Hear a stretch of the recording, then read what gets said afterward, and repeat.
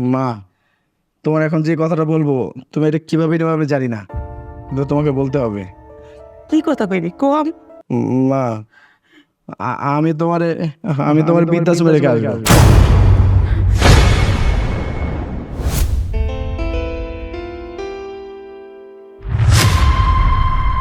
কি ব্যাপার, চুপ করে আছো? কোনো সমস্যা? কোনো সমস্যা না। শোনো, তোমাকে আমি সাফ সাফ করে বলে দিচ্ছি, তোমার মাকে এই বাড়িতে আর রাখতে পারবো না। তোমার মাকে বৃদ্ধাশ্রমে দিয়ে আসবা। হয় তোমার মা এই বাড়িতে থাকবে, আর নাহলে আমি থাকবো। মায়ে একটু বোঝার চেষ্টা করো, উনি আমার গর্ভধারিণী মা। আর তাছাড়া ওনাকে যদি বৃদ্ধাশ্রমে রাখি এলাকার মানুষ কি বলবে? তাতে মানুষ তোমারে আমারে আরো বেশি খারাপ বলবে। এলাকার মানুষ কি বলবে সেটা তো আমার দেখার বিষয় না। আমার দেখার বিষয় আমি কতটুকু শান্তিতে আছি, বুঝতে পারছো? তোমার মা যে বুড়ো মা, তুমি খেয়াল রাখো। হ্যাঁ, রাত্রে ঘুমালে কি পরিমাণ কাশাকাশি করে, আমি সেজন্য একটু ঘুমাতে পারি না। আর তাছাড়া ওনার সেবা যত্ন করতে করতে আমার জীবনটা অর্ধেক শেষ হয়ে গেছে। আমি এত কিছু জানি না। তুমি তোমার মাকে এখনই ডাকবে, ডেকে বলবে তাকে বৃদ্ধাশ্রমে রেখে আসবে। আর যদি না বলো, আমি সুন্দর মতো চলে যাবো। আচ্ছা ঠিক আছে, যেহেতু তুমি চাচ্ছ না মা এই বাড়িতে থাকুক, আমি সেটাই করব। মা, মা, কি রে বাসান, ডাক্তারছস? মা, তোমার এখন যে কথাটা বলবো তুমি এটা কিভাবে নেবে আমি জানি না, কিন্তু তোমাকে বলতে হবে। কি কথা কইবি কম? মা, তোমার তো অনেক বয়স হয়েছে, তুমি এই বাসায় থাকো, পরিষ্কার পরিচ্ছন্নভাবে থাকো না, নোংরা করো, কাশাকাশি করো, তাতে তোমার এই বউর অনেক সমস্যা হয়।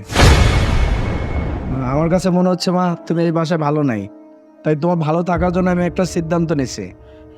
কি সিদ্ধান্ত বাসান? ক। মা, আমি তোমার বৃদ্ধাশ্রমে রেখে আসবো। তুমি কোনো চিন্তা করবে না মা, ওইখানে তুমি অনেক ভালো থাকবা। আর প্রতি মাসে মাসে আমি গিয়ে তোমার দেখে আসবো। আর ওখানে থাকা খাওয়ার জন্য যত টাকা দরকার আমি তোমার দিব। বিশ্বাস করো মা, এইখানের থেকে তুমি ওইখানে অনেক ভালো থাকবা। জানি ভালো থাকবো, কিন্তু ওইখানে তো তোর বাপের ভিড়া নাই, ওইখানে তো আমার পোলা নাই। আমি কারে নিয়ে ভালো থাকো? পেট ভরে ভাত খাই, দামি দামি কাপড় পরে ভালো থাকা যায়? আরে মায়েরা কে সন্তান ছাড়া ভালো থাকতে পারে? মা, দেখো, তুমি এই বাসায় থাকলে না আমাদের দুজনের মাঝে অনেক ঝামেলা হয়। আর তুমি কি চাও যে তোমার জন্য আমাদের মাঝে ঝামেলা হোক? না না, আমি এটা চাই না বাজার। তাইলে তুমি এক কাজ করো মা, আজকে তোমার বৃদ্ধাশ্রমে দিয়ে আসবো। তোমার সাথে যা যা নিবা ওগুলো ব্যাক করো, আমি আসতেছি।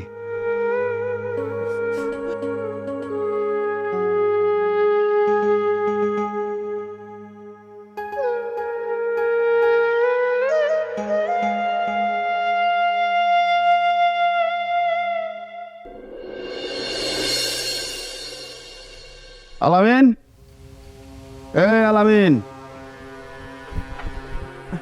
চেয়ারম্যান কাছে। আসসালামু আলাইকুম। ওয়ালাইকুম আসসালাম। মা, তুমি, তোমার তো আমি বৃদ্ধাশ্রমে রেখে আসছিলাম, তুমি আবার কেন বাড়িতে আসছো?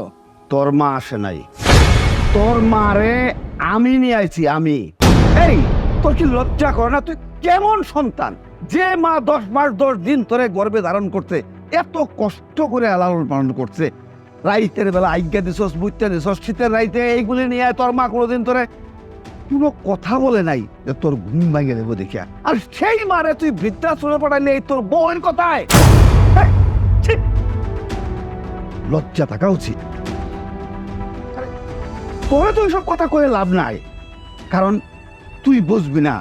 তোর মা বাবা থাকতে তুই মা বাবার কদর বুঝতেছিস না। বাবা হইলো একটা বট গাছ, মা হইলো একটা সাক্ষাৎ জান্নাত।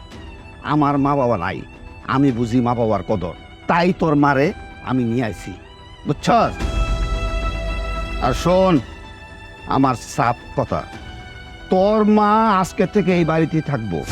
যদি আবার তোর বউয়ের কথা শুনে তোর মারে বাড়ির থেকে তাড়াইতে চাস, তাহলে কিন্তু আমি আইনের আশ্রয় নিব। তখন কিন্তু এই পা ধরে মাপ চাইলে চলবো না, বুঝছস? কারণ আইন আইনের গতিতে কাজ করবে। এখনো সময় আছে, তোর মার কাছে মাপ চা। তোর মা যদি মাফ করে দেয় আমার কোনো আপত্তি নাই। চেয়ারম্যান কাকা, আপনি ঠিকই বলছেন, আমি অনেকবার ভুল করে বলেছি। আমি আমার জান্নাতকে চিনতে পারি নাই, আমি আমার জান্নাতকে চিনতে পারি নাই। মা, মা, ও মা গো, আমি তোমার লোক অনেক অন্যায় করে ফেলছি মা, আমার তুমি মাফ করে দাও মা, আমার তুমি মাফ করে দাও মা গো, তুমি আমার মাফ করে দাও মা।